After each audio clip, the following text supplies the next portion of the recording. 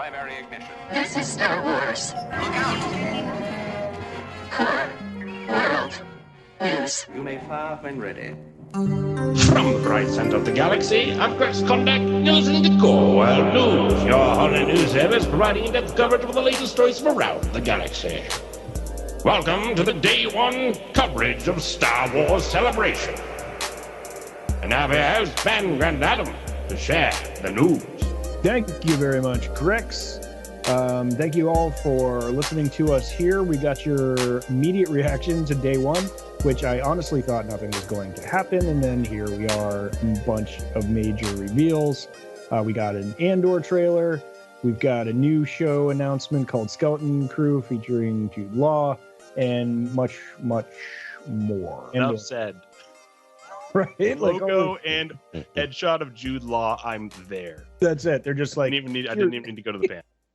Here's the image. Enjoy. You let your imaginations run free. And that's what we're going to do here tonight. Can we get into Skeleton Crew first and just like, Sure. What is this? Like, what is it? Sure. What is this show? It's like a rusted sort of font. I don't, looks like the hull of a ship, maybe. I don't know. Like, yeah.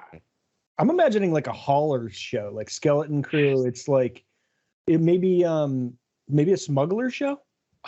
Guys, it's a midnight, hauling run on your freighter, and there's a Jedi, and there's just a Skeleton Crew working. Yeah. And the Imperials pick him up. I was gonna say, and Pick 'em up nothing in the old happens. It's hollow. just Yeah. That's day in the life, Jude Law. That's it. Every day. Yeah, I know. I think all we know is that this is the show. What was the original title for it that we found out like 5 days ago? Oh, you think it's the kids show? It There's is. no way It's- it is. No, they have confirmed. This is the Mark Webb show. Oh, John okay. Watts. Yeah. John Watts. John Mark Watts. Webb, John Watts. Amazing Spider-Man. Yeah, John Watts. Thank you. Yeah, it's Perfectly respectable films. yeah, It is Grammar Rodeo. yeah. That's what Grammar Rodeo. John Watts and is. Chris Ford. Yeah. Yep. And so they've confirmed that and said, I think when they were talking about it, Favreau said, it is kids, it's Amblin kids focused, but that doesn't mean it's a kids show. And that takes place in around the same time as Mando. Oh, okay, so it's like Stranger Things, Skeleton Crew. There's also like sort of 80s Stephen King vibes in there somewhere. Yeah. I'm on board. Is this a ghost show? Is this going to be like ghosts in the galaxy? Maybe. I still think it might be the search for Luke Skywalker. Because even in this era, right? Okay. If he's just kind of just setting up this Jedi Academy, not really doing a lot, it seems like. So Better title, Grammar Rodeo or Skeleton Crew? See, could this not be the story about Grogu, though? Could this be like the freighter that saves Grogu and Jude Law is the captain? Jude Law saved Grogu. That is the only answer. Alex. Only if it's crewed by kids. Because that's all we know is Jude Law and kids. Yeah, a bunch of younglings. They could be the Skeleton Right after Crew. Order 66. Yeah. It's Jude Law and a bunch of kids. That'd be kind of, I'm down. No, We've it put does this seem, together. It does seem like it's Mandoverse, right? So I'm imagining it's Luke's temple, and this is like maybe the trials and going out to something like traveling across the galaxy. I don't know. I feel like they're going to be. It's Skeleton Crew. They're manning a ship. Obviously, they're crewing a ship. So In the stars. right? Yeah. You got to imagine. So what does that mean? There's a ship involved. The Jude Law's involved. He's probably the captain. Do you think he's a pro? And if you're saying this is connected to the news that this is the youngling sort of Amblin sort of show, though not I guess the sort of like I don't know, classic Spielbergian Star Wars show that they shared with us the other day. I'm trying to think what that could amount to, and it's got to be just like kids on a ship then or something like, and that's super fun. That's kind of what a lot of Disney rides aim to do as well, is kind of like let you run the ship with your friends, and it's geared towards 5-year-olds and up, and why not a show about a bunch of kids manning a ship, sort of like Peter Pan or something. Yeah, but I think they're definitely going to go closer to Stranger Things vibes, right? Where it's really a show. It's sort of like Dr. Aphra or like Scooby-Doo, Teenager stuff. It's like they're going into catacombs or like Imperial strongholds and like getting into trouble. And I think I mean more in terms of who it's geared towards. Like, I don't think it's going to go for young kids. Like, they were kind of very specific about it. So, and I think Jude Law is Ben asked it earlier. I think Jude Law is the antagonist. I think he's chasing these kids. That'd be scary. Yeah. Be cool if he was like a Sith, or like maybe we have like the witches of Dathomir. Maybe there's like the warlocks of 126 or something like that, and like I don't know, maybe like it's a different dark side cult would be kind of interesting, and that makes it sort of scary and witchy and ghost like. Grasping at straws here. You guys love that. That would be great. He could just put Ochi Yeah. Dune, and I would be happy. We We didn't get a lot of Ochi in live action, so. Well, in that we'll get to the Mando 3. I forgot to mention the Mando 3 announcement, but in that trailer, the secret bootleg trailer, there's a droid that looks a lot like Ochi of Bastoon, which is interesting. Yeah, Ben is the only one who has seen this trailer. I tried to share it with you guys. Yeah, they were just too fast. The sensors were too fast. Yeah. I love that. I mean, I think Jude Law is just now fully gone into being a character actor. So I could totally see him putting on the makeup, right? Like this is like Road to Perdition, sort of like. That's who I want. Yeah. A hunter, sort of bounty hunter character or something, like a tracker. Yeah. Ooh, yeah, that's terrifying. Yeah, that would be a blast. So no idea, no date on this. We don't know when it's coming. It's probably, towards the end of all these other series that are coming out. Yeah. I'm guessing 2024, like they gave us a year, 2023. So at least we know it's sometime in 2023. Yeah. That's gonna be a busy year. That's gonna be a busy year because we got an announcement that we are going to get Mandalorian season 3 in February of 2023. And we know Ahsoka's coming out that year as well, probably summer. Yeah. What did you think about Mando season 3, or was there something else you wanted to tag on about? I mean, I imagine we're going to Mandalore, right? Like it's time to go. We're going to Mandalore. I think we're all ready to go. Yeah. We got to go into pretty like much the caves beneath Mandalore and find, I guess, what is it, like the tears of Calanthum or something. It's something, the pools beneath. You need to do something when the pools beneath Mandalore. I feel bad that I've actually now. Yeah, there's a quote there. A really important. The armorer quote. gave him a quest, and he's got to do that quest. He's got to regain his armor. Yeah. Standard. So we see in the bootleg trailer a very Game of Thrones-esque Bo-Katan, maybe in like her empty family home, because and they assume all of her family's been murdered. But it did feel the architecture was very Mandalore-esque, circa Clone Wars. But also like if you've seen the throne room in Dragonstone in Game of Thrones. That's though. This looked like, I did see this little still, and it did look very Conan to me. Like it did look Frazetta. Yeah. Like there is a lot of Frazetta in this new Star Wars, especially like any of the arid sort of desert worlds are now like leaning towards like a sort of stone cut, thrones and brutalist, design and castles and kind of like, cool, really, really cool influences, cultural influences. And Doug Chang again, like, oh yeah, incredible. Like, may he live forever. Yeah. Just leading them all the way and all the art direction across these shows, and it's superb. It's like you couldn't ask for someone as accomplished, and I would argue like probably the best in concept design right now. After like with Ralph McQuarrie, like it's just the stuff is stunning, and the best. Yeah, I think that's this is something that Lucas started, and I think that Kennedy is doing a great job continuing. Is like constantly raising the bar of production quality and like utilizing and creating technology to make Star Wars a more rich environment. I mean, this Andor trailer is the best looking Star Wars I've seen, except for maybe the Eclipse trailer. Yeah. Which actually looked like really stunning too. But like it looked amazing. And I got a chance to watch. I wasn't able to watch the announcements because, work or whatever. But I went through the streaming YouTube event, and there was a great interview with Kathleen Kennedy. But her like last quote when she was there, she said, "You have no idea what's coming with Andor." She was like, they're like, "Oh, what do you?" She's like, because someone like yelled like Andor, and she was like, "Yes, Andor." She's like, "You have no idea," and like that's how she delivered it. Yeah.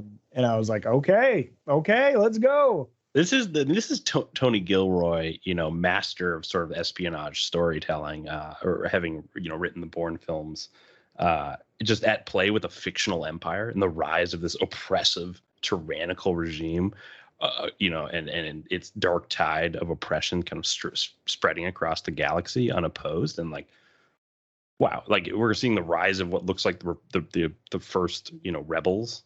People are taking a stand is a line that's said in VO over the trailer. The cinematography by, I guess I'm looking at it now. It's Adriano Goldman and Frank Lamb. The cinematography in the show is the best cinematography I've seen, in Star Wars. I guess, Rogue One was also quite incredible and does evoke that sort of like verite, like shake and movement. And there's a lot of shoulder shots, and there's a lot of camera movement, and it's you feel like you're really in the galaxy. It looks great. And so I just want to shout out to the cinematography, especially the shot of Mon Mothma in the speeder car, the descending onto the platform. Like, wow, like that shot alone was just mind blowing. And again, Genevieve O'Reilly, some of the acting we've seen just in this trailer, it's art. I can already tell the acting is going to be, out of this world. Yeah, her outfits were different. They were like, they actually had color in them. I expected her to be in that sort of like the white gowns all the time, but maybe that's something that she absorbs and takes on when she goes full rebellion and actually leaves the Senate or becomes a enemy of the state, as like a symbol and beacon of hope and all that, which is very cool. But shout out to the drummer, like the lone drummer at the beginning of this trailer. Like who doesn't want to play that one part in a Star Wars movie? Just right. That's like right next to Malakili crying for the Rancor. It's like just that one side bit. The music was fantastic. Yeah.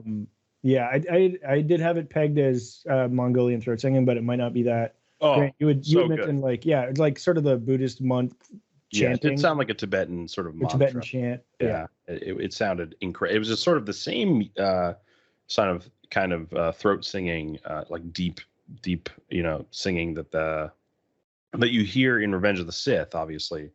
At the and in the opera, yeah. And it is also this trailer begins, makes me think like, whoa, this is really going to represent sort of the dark, expansion of the Empire, and sort of like the insidiousness of the Empire. Right, is really going to be explored in this show. Well, in the Vanity Fair article we talked about last week, they were Diego Luna was saying like, oh, they become refugees and like what that's about. But this seemed like human trafficking. Like there was like a lot of like people being locked into rooms, and maybe this is what refugees are under the Empire, but they just seemed like they were treated like cattle. I mean, I guess that's what how refugees are treated anyway. So, but like the way they adopted it into the galaxy far, far away into the Empire, like what a refugee is under the Empire, it's like they're just sequestered beings that it looked like there was forced labor involved. And I think that is great antagonist Empire development. It's like, well, you want to know why they hated the Empire so bad? Well, here you go. Yeah. I have so much to say about this, but you both said pretty much all that I need to say. But the cinematography, I just want to mention that again, is incredible. I showed it to my wife, and Carly was like, so I'm like, oh yeah, that's coming in August, and she's like, wait, that's a show? Like she doesn't track all this stuff as much as we do. So when she saw this, she thought it was the next movie. Like that's how much that cinematography looks like a movie. I'm interested to know the budget on each episode. But again, they're using the volume, but it does look like more elaborate kind of physical production design. Well, it does look very expensive. It looks like massive sets. They did build some big sets. I remember seeing those. Yeah. Probably a larger volume than they use, in the first couple seasons of Mandalorian. I bet that they've really expanded on that. Obviously, we've been talking about that the last couple episodes, but it looks incredible. Yeah, can you do some quick math before? Yeah, sure. So, when does this show take place?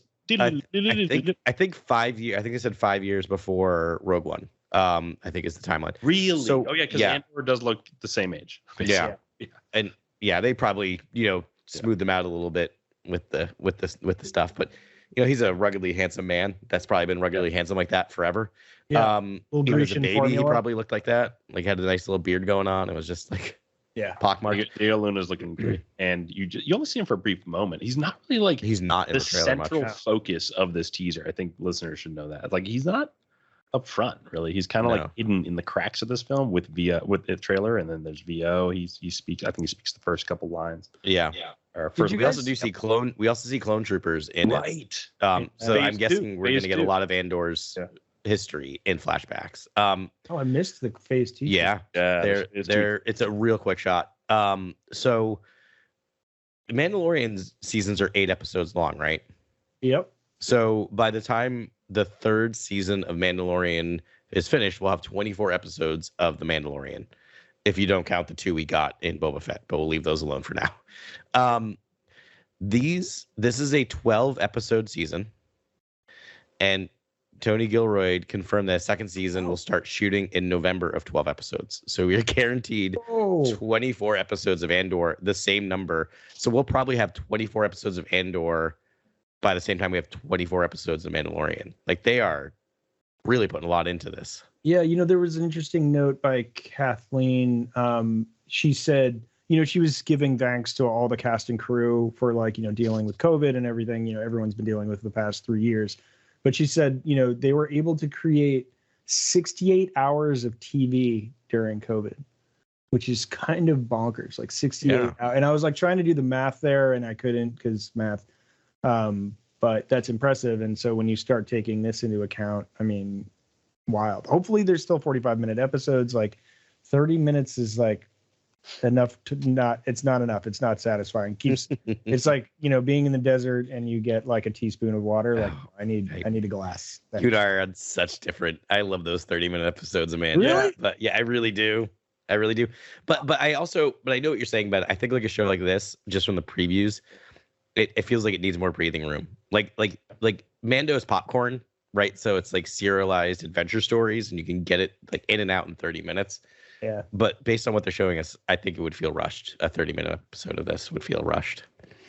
I think you're going to we'll be see. so enthralled with the sort of power dynamic between the Imperial Senate and the Empire that you won't care. 30 minutes will be perfect because it'll be they'll talk about issues and then things will be left hanging. And it'll be I need to get back to the politics of this show. What is being decided? Are they going to terminate the Senate? Is the Empire threatening to just throw it out? Has the Tarkin doctrine gone through? Have they redrawn the map into over sectors and given it all to the Moths? And now just the Senate is in effect. Right. Well, since you said Senate, we got a really quick shot of the Imperial Senate. Yes. Thank you. I am so excited for this. Thank you, and everyone involved in the show. Do we know whose head that is? Because I don't think that's Andor. I have a wild speculative guess on who that might be. Because that hair looks slightly tinted red. Who's the famous redhead in Star Wars? Cal Kestis? That would be awesome, but I don't think so. Think sequel trilogy. Mara Jade? No, sequel trilogy in movies. Alda. Bad guy. Hux and Hux. Brendel. Hux? Brendel? Oh, I Brendel think Hux? I think we might see a young Brendel Hux. Oh, wow. That's my wild speculative call. So that's for the night. Armitage Hux's dad. Yeah. Yeah, General Hux's dad, who is much worse than his son and much more intimidating. Yeah. Yeah, they show a lot of Imperials in this, and they all look evil, straight evil, which is that's my favorite flavor of Imperial. Did you also notice they did this quick montage of over-the-shoulder shots? Yes. Yeah. It's super cool. Oh, I was why'd they do that? It's awesome. Is that going to be a theme? But it was the same shot over different characters and different terrain, just right over their right shoulder, and they lift their arm, and it's, oh man, can't wait. Whoever's cutting these trailers they're amazing, because every time I see a new one, I'm like, oh, this is the show I'm most excited about. Right. First it was Obi-Wan, and now it's this. And I have to be honest, Andor was the show I was least excited for. I mean, again, we're talking on levels of Star Wars, so I was excited about it. But of all the things coming up, I'm like, oh, I'm sure that'll be good, and I'll enjoy it. And now after watching this trailer, I'm like, yeah, Obi-Wan, fine, whatever. Yeah. Yeah, right. Yeah, I know. It's Which we're getting tomorrow. Yeah. Excited. Yeah, for the main course. No, Obi-Wan, I imagine is going to be spectacular. Very excited for tomorrow morning, guys. Christmas morning. Christmas morning, baby. Oh, so glad you're so lucky morning. you get to watch it in the morning. I gotta wait till I know. I'm going to watch it at noon. Listeners, Nice. we will be doing another pod tomorrow, probably. So while you're listening to this, you'll be waiting for the other one. But we're going to cover the first 2 Obi episodes tomorrow night. Yeah. Not only do So we that'll get- be out Saturday. Like, not only do we get like Senate, what looks like the Senate in Mhm. Andor, we also get to go to galas and sort of like parties on Coruscant, which is like, yes, let's go. Like, Yeah. you know, the E.K. Johnston books are so good, like the Queen's Hope and Mhm. that series Mhm. is so good because we go to those kind of events and they're described Yeah. beautifully. And you see that in the show. So there's that, which I know like will be really exciting to see for a lot of fans. Yeah. We just get such an interesting sort of like buffet of tones and themes. Yep. So it seems like we're with high society. It seems like we're with people who are, like you said, Ben, like being, you know, migrating against their will. Like the Empire probably captured them or something. Yeah. Happened. You're getting all these different perspectives, and in it all is this sort of Tinker Tailor Andor stuff that I cannot wait. Yeah. It's like, yeah, they did such a great job of like peasants in a field juxtaposed with like this really like antiseptic, like white room with a bunch of people in white outfits. It was actually very THX 1138, which we surprisingly never talked about on this show. We don't talk about it enough, and really like this show, we should really mention it during this Andor trailer because it's about the rise of a sort of autocratic, fascistic regime, and you see people covering up blasters. People are taking a stand. Finally, it's that time where, you know, it's like 5, you know, BBY. It's that time when like, you know, people are finally taking a stand and being like, enough is enough. Like a tyrannical regime like this that's just like, you know, committing atrocities across the galaxy. Like, this is a reckoning, and that's what you hear at the end of this trailer. Is, you know what this sounds like? A reckoning. And let's talk about this character. We need to talk about who appears at the end of this trailer. Gives that epic line. So the character's name is Marva. Marva. Double A. Marva. What do we know about Marva? Nothing. He's a human literally female. Nothing. The editor was just like, this line's great. Yeah. I will tell you literally all we know about her right now. Marva was portrayed by Fiona Shaw. Her name is revealed in the subtitles for the first Star Wars Andor trailer. Period. The end. That's it. That's it. Yeah. But again, Game of Thrones. Marva Mothma. Very much Queen of Flowers. Marva Mothma or Marva Dundana? Yeah, I mean, yes, right? Like there's gonna be some connection there for sure. And she is, I mean, it's also Fiona Shaw is a heavy, like that actress is amazing. And so you're not just pulling her out to do just some random thing. Like she's also, so good in killing Eve. I'd like to say that Mon Mothma, like, she looks like she's on her A game and she's figuring out how to finance this rebellion throughout this series. It looks like she's figuring out ways in which they can sort of like hold Congress on remote worlds and strike back against the Empire. She looks like she's actually doing some sort of like due diligence and meeting people and going to these events and, you know, and all that kind of stuff. Which is kind of like, I've always thought Mon Mothma was more of like a spiritual leader for like the rebellion. I always liked her as a sort of like just hype, like energy sort of like character, like almost like, I don't want to say like Braveheart, but like a character that like kind of like rallying of people. And I'm hoping we get some of that as well. I'm hoping we get Mothma speaking to a lot of rebels, or, you know, the first rebels, you know. Thought of her as the heart of the rebellion in some ways, like this idea of just like the hope and heart of it. Yeah. I was thinking of her as the hope, even though, I mean, technically she's not. Like, I mean, really, Leia is the hope, and, you know, Kenobi is the hope. But Kenobi is the hope, right? Or I guess like the offensive hope, or only hope. Yeah, I mean, I still feel like, you know, then there's that iconic scene at the end of Rogue One with fake Leia, you know, saying like, you know, what is it? And she's like, hope, and like that's, you know, there's that like Shepherd Fairy stuff with her face and hope, and it's kind of great. Yeah. I will say, you know, I want to keep going back to this Kendi thing, because there was a lot of, like, she said nothing and a lot at the same time. But, you know, she was just like, you know, they asked her, what are you most excited for, you know, with all these new, you know, titles, like she was going to pick one.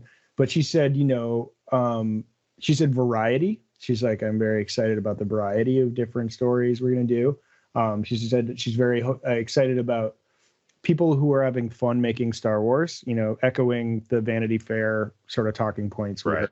But she said multiple times, she said Star Wars can give hope and optimism in trying times. Yeah. And that's what she's trying to do. So I think this will be a story about hope, you know?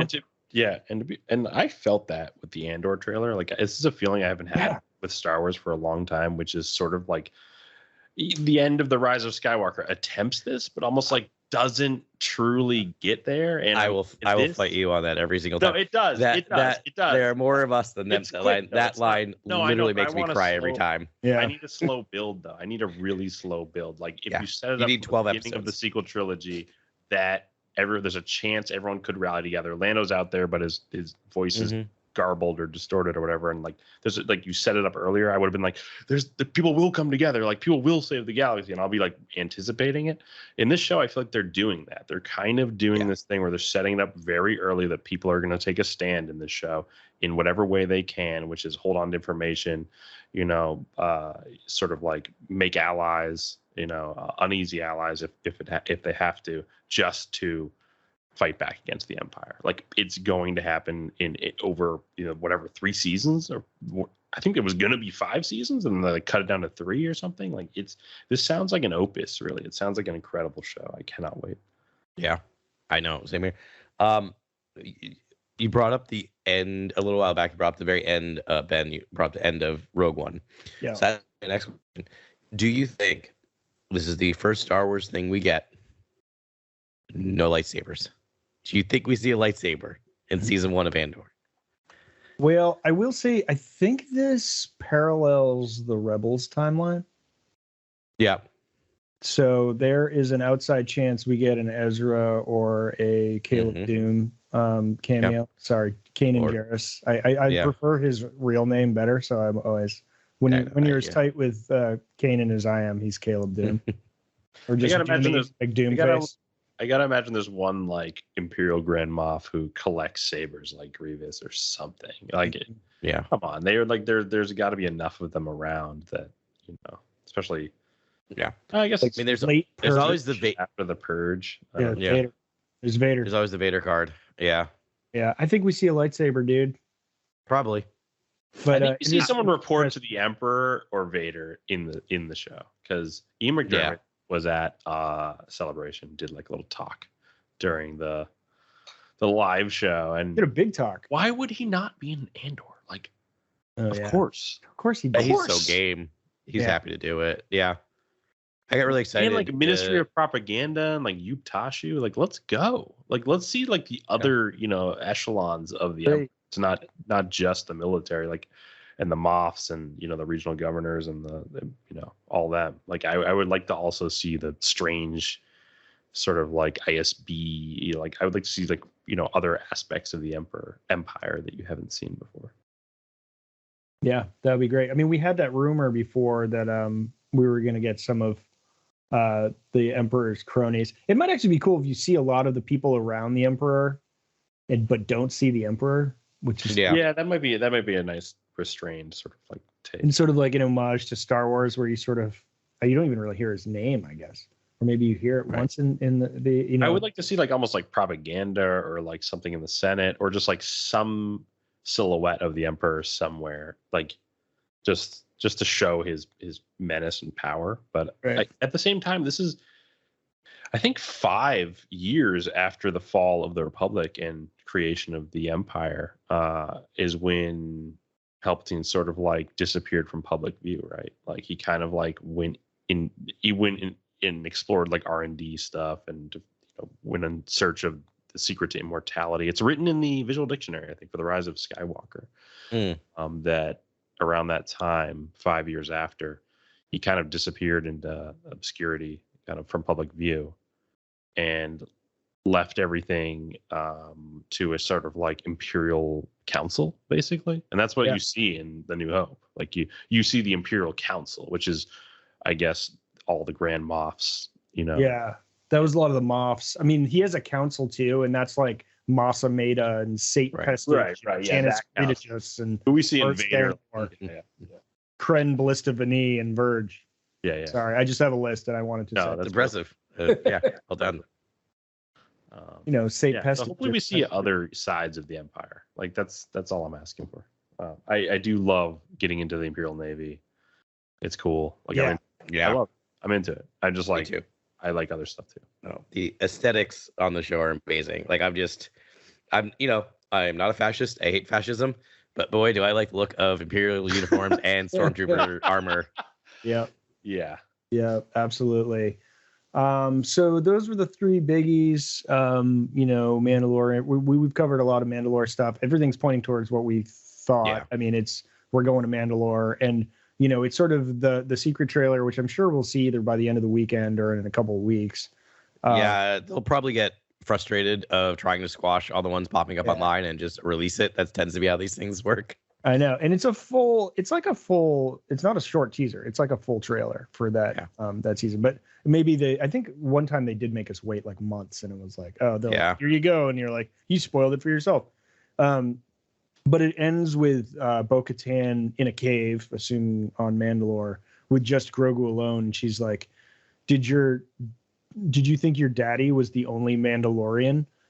And she's looking very menacing, but it did sort of like leave this sort of thing where it's like the Mandalorian, the show could be about a different Mandalorian, which we've talked about. It's a long shot. There's no way. Din Djarin will become the Mandalore with Grogu like perched on his shoulder, and it's just like destiny. I'm sorry. Yeah. At this point, like nothing can stop this. It's what's going to happen. Although I think Bo-Katan should be Mandalore, but I mean, she lost the Darksaber like twice. No, she's not worthy. She's clearly not worthy. Twice over. And you know what? Grogu's a Mandalorian. There, I said it. I would like to see Sabine just like appear in the show and like win the Darksaber from Din Djarin and be like, actually, I'm gonna lead because it came to me and I gave it to Bo-Katan and like, look what happened. I'm supposed to be Mandalore. I get it. Yeah, I mean, that was kind of that's the story I would like to see. Like, Bo-Katan's at fault for taking it, but Sabine Wren's at fault for not forgiving it.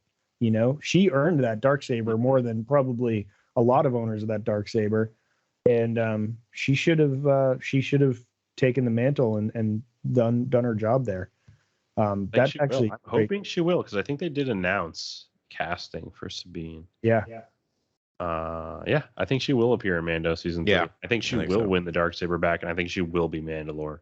But if not Sabine, Din Djarin. Yeah. She should definitely take a swipe at it, even if it's like friendly combat, because I think that makes sense for her story. How could they fight though? Like, what would that scenario be? She blows in on thrusters and is just like, that's mine. I made a mistake giving it to. Can I watch Ben's Star Wars? It just seems to be the most bombastic, action-packed Star Wars I've ever. Brett, if the Book of Boba Fett has taught us anything, we will be watching Ben's Star Wars in early 2023. Yeah, you should just ask Ben what he wants to see, and it's usually what Favreau and that's what we'll get. Yeah, I appreciate that. But I kind of like this. I'm wrong far more than I'm right, but thank you. I have a feeling Din Djarin's going to. I don't know. I almost feel like he is going to refuse the call to the end, and part of me wonders if the end of the Mandalorian is the end of him being a Mandalorian, right? Where he's now just a father, right? And this is not his path. Or I love the idea of Sabine being the Mandalore, and maybe he's her consigliere, right? Like, guys, I said Boba is Conan, and then I tweeted like 3 weeks later, I treated Sabine as Mandalore. And after that BTS where they were like, we were trying to go for Conan, like Boba's basically like King Conan. I was like, okay, dead on. And then then now I'm saying Sabine is Mandalore. And I after the casting news, I think it was like the first thing I tweeted. Yeah. Nice. I like that call. It brings it full circle, and it allows Din Djarin to go on more adventures. Rhymes. Yeah. It does. It's just like a tone poem. It rhymes. It's a tone poem. Because he does not want to be. He doesn't want to be a leader of. Yeah, that's the. I mean, I don't know. What is Din Djarin's destiny? Like to be a father. What do they're just supposed to hit the road? They are the sort of like vagabond duo. I think he's gonna have a clan. Right? That's it. I think we're gonna actually. I think he's gonna have a Mudhorn clan. It'll be an actual. I'd like to start adding pieces to this cadre a little bit. I mean, nothing will ever beat Grogu and Din Djarin. But it'd be nice if, they have Bo-Katan becomes an adversary, but Sabine Wren becomes an ally. And as they start rebuilding Mandalore, his cadre, his clan grows. The Mudhorn clan grows. Yeah. What's great if they do a sequel trilogy. They can basically have like Din Djarin and Sabine and like Bo-Katan like join up with whatever Jedi and Sith factions. Like they can basically do the sort of like stuff I love, which is Tales of the Jedi, but just do it, with the aesthetic of the original trilogy and sequel trilogy. Yeah. So we've talked about a lot of this. There was one thing that I found that I think that just aired like 15 minutes before we jumped on this call, and I wanted to share it with you. There was a High Republic panel, and we talk about the High Republic a lot here. And I was like, oh, that's cool, because I adore all these authors. They were all there. Cabin Scott, Charles Soule, Daniel Jose Alder, Claudia Gray, and just Ireland. They were all there, plus the like two showrunners, Kristen Baver, who I think you know Grant, right? Yeah, my buddy knows her, and I think we emailed back and forth. But and I was actually going to go to Celebration just to like just to meet a few people, but and it ended up not going. But yeah, hopefully in the future we can connect. We can have her on. We can have her talk about some of her books that she's actually released a couple now, I think, but it's the Skywalker family, the saga sort of that. Oh right, she just announced that she's doing the Art of the High Republic book, and it has so cool. And they showed some of the art from there, and there's a foreword by Kathleen Kennedy in that book, in which she was obviously elated by. Awesome. And yeah, so it was great. And then there was also the voice actor for the audiobooks of High Republic. And I'm sorry that I don't remember his name. If you want to Google that real quick, that'd be great. I'm actually surprised, Adam, you don't know his name. I do, and I was hoping Mark Keon Rowe. Oh, just kidding. Great, he does a great Mark Keon Rowe. Yeah, he talks about making that voice. Mark Thompson. Mark Thompson. So he talks about that. They asked him like, how did you come up with the Markion Rowe voice? And by the way, it's pronounced Markion Rowe, it really like we got to go back and edit a few episodes. Nope. Well, it's funny because like it's Martian and it's Mammon. Yeah, Charles Soule, which is how you pronounce his name. I just found out too. And I've mispronounced his name a million times. It rankles him that people call him Martian, and actually Kristen Baver actually pronounced it Martian just to drive him nuts.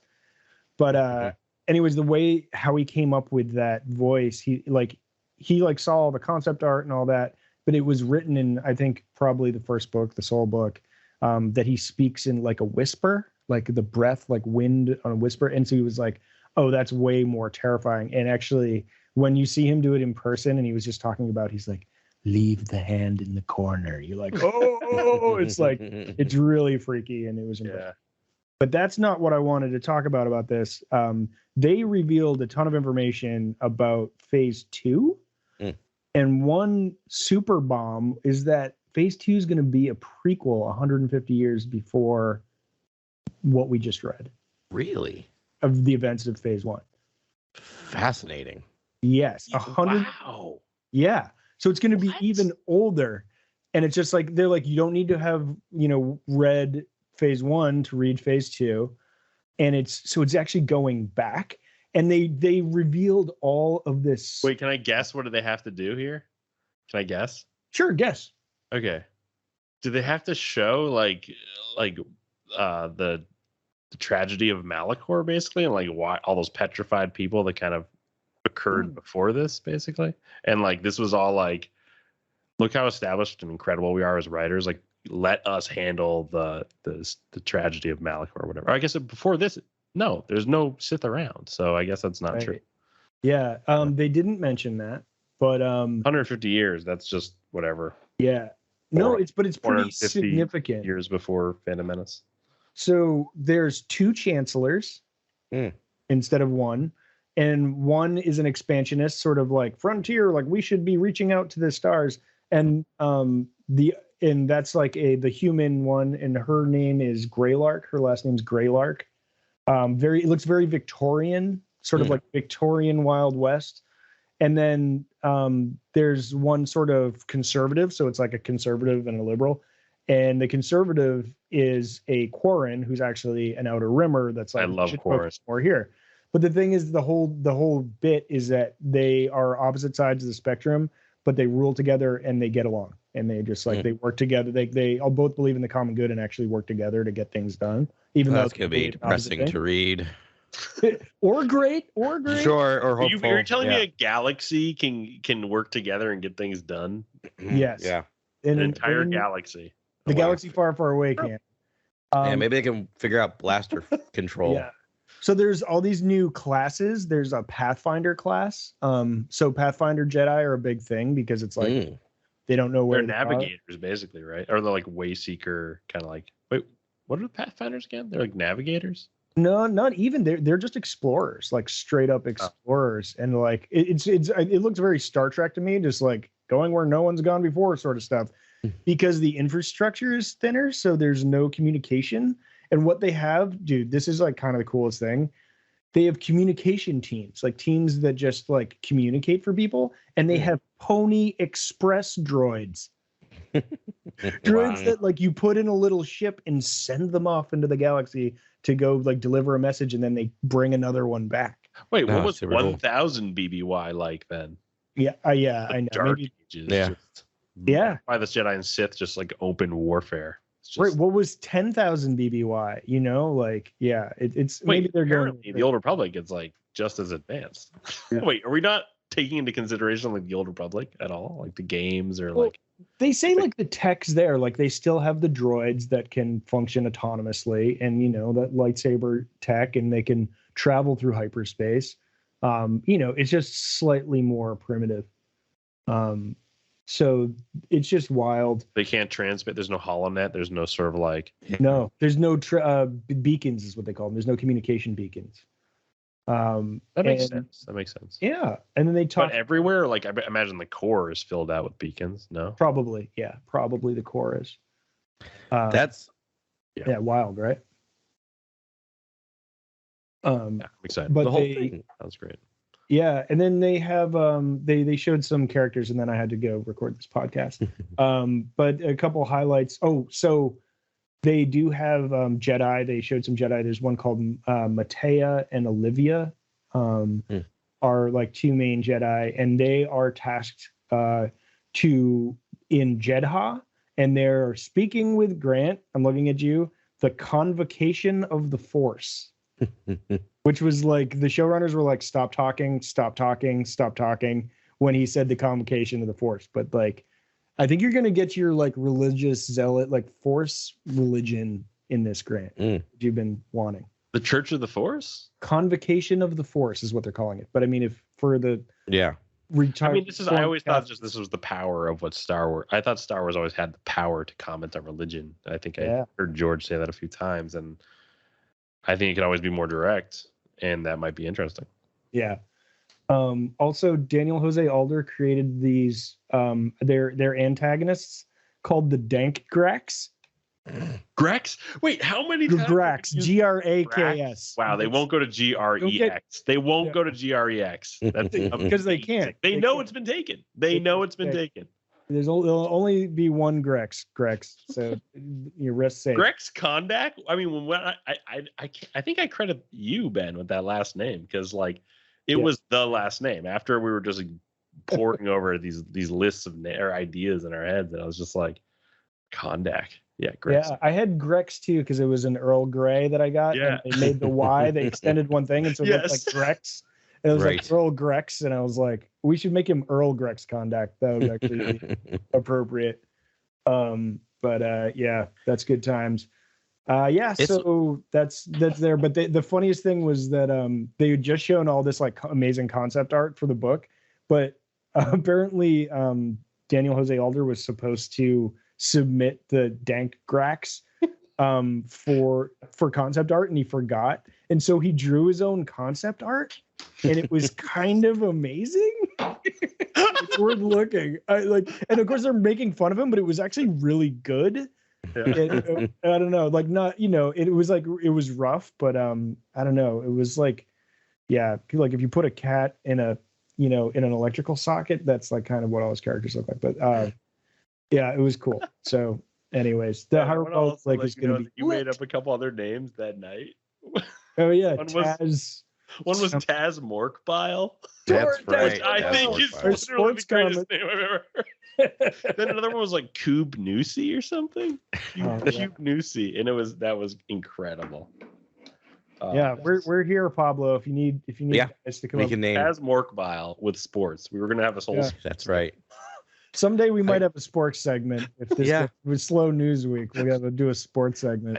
I have to say, just back to the High Republic for a second, it's just amazing or wild that this is what they're doing, because they left it on such a huge cliffhanger, like phase 1.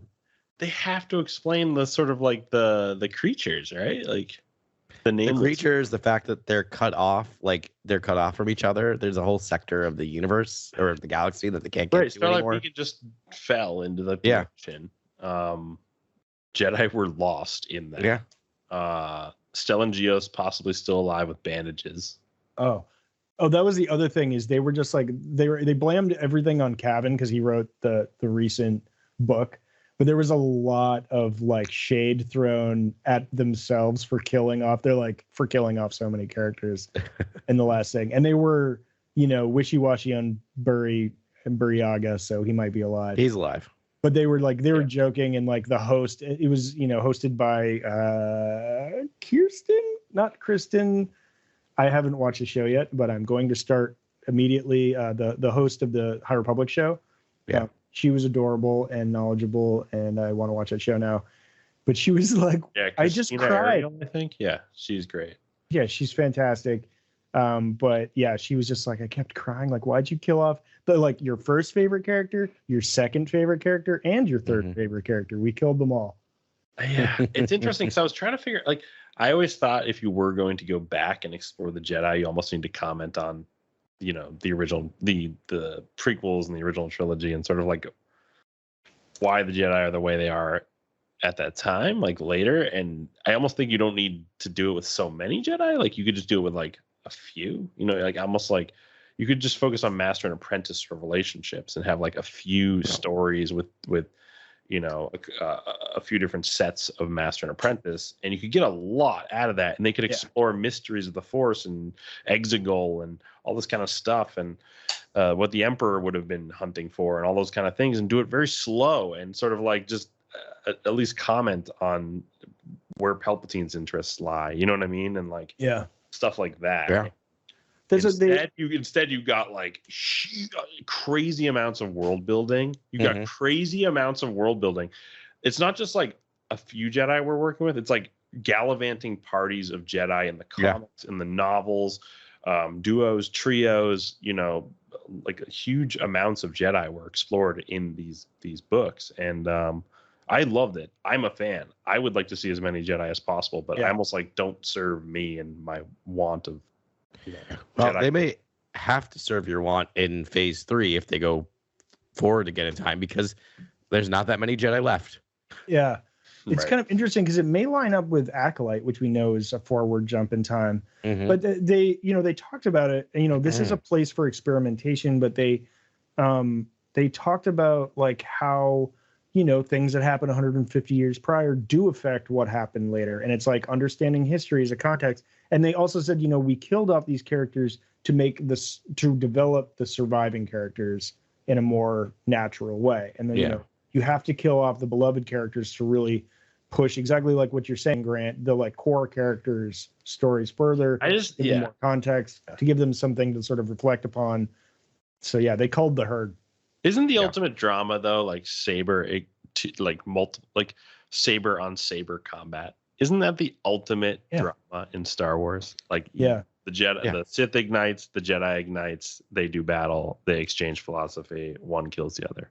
Like that's all I want to see in Star Wars. And it's sort of like, I am hoping that they let these authors explore that. Like I'm hoping that at some point we can go back even further than just, 450 years and get to like some of the action I've been looking for a long time, which is just Jedi and Sith open warfare, like all that kind of stuff. Like that's what I want. Well, hopefully we get that someday.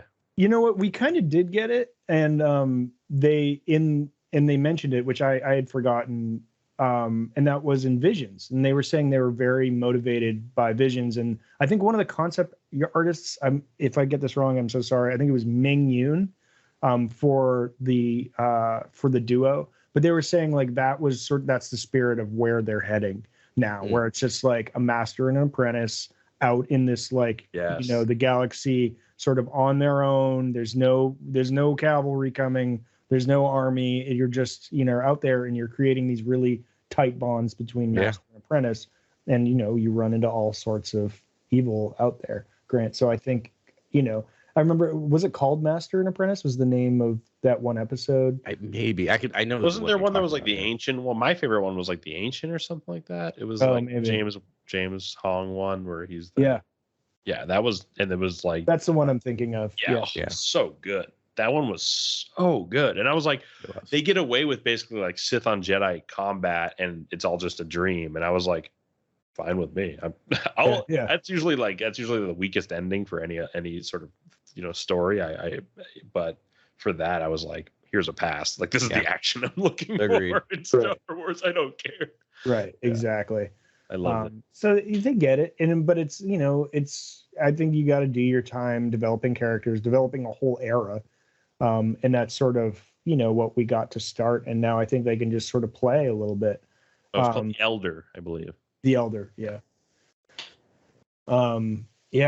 But it's just fantastic stuff. And that actually also speaks, and this is the last Kathleen Kennedy quote I'll pull, but she says, this is, she's been able, like with TV, they've been able to do a deep dive with characters. She's like, she's appreciated that, but also to experiment.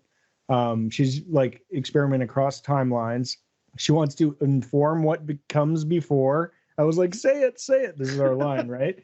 But also surprise us further down the timeline. Yeah. And she says it's persistent storytelling as opposed to trilogies. And I don't know. I just thought it was great. And their differentiation is hope and optimism, and that's what they're doing. They're experimenting. They're playing within the timeline. They're looking for variety. These are all the keywords that I pulled out of what she's saying as far as the future goes. And it's going to be the past, and it's going to be all along the timeline, and it's not necessarily going to be these long arcs anymore. Even though in theory, in practice, actually, we're getting much longer timelines and much more content out of video on demand than we ever did with features. I mean, we all love a good feature and like a feature trilogy, but there's so much content, especially 12 episodes. The streaming wars have. Yeah. Well, for me, this is my most valuable streaming source is Disney Plus, because I get to have all these wonderful Star Wars stories, and soon I'll have some time to watch them. Let's do what feels right, of course. Oh, it's my favorite Obi-Wan line. I love that so one great. so much. It's such passive aggressive. It's a line to live by, that's for sure. Mm-hmm. Yeah, exactly. Awesome. Well, this has already gone about a half hour longer than I thought it would. Shocking. But this is, we got a big Thursday here, and who knows what we know one thing we're going to get tomorrow, and that's going to be 2 episodes of Obi-Wan Kenobi. Yeah. I can't even begin. Guys, I'm shaking. I know. Yeah. I'm going to go through a work whirlwind, and then I'm coming home and putting on my Grogu jammies. Yeah. And please take a photo and post it to our Insta. Yeah. Definitely. We're on. So we're with you all weekend for coverage and talking about Star Wars. Hope you're all as excited as we are. We'll definitely have some more celebration coverage throughout, because there's so much that they still haven't talked about. I know. Yeah. Bad Batch. Like, are we going to get Bad Batch? Ahsoka. Yeah. There will be more. So thanks very much for listening to us. Stick with us tomorrow. Enjoy Obi-Wan Kenobi. And as always, may the Force be with you. This is Grex Kondak signing off. For the latest breaking news, follow @CoreWorldNews on Twitter and Instagram. Thank you and good night. Remember, the Force will be with you always.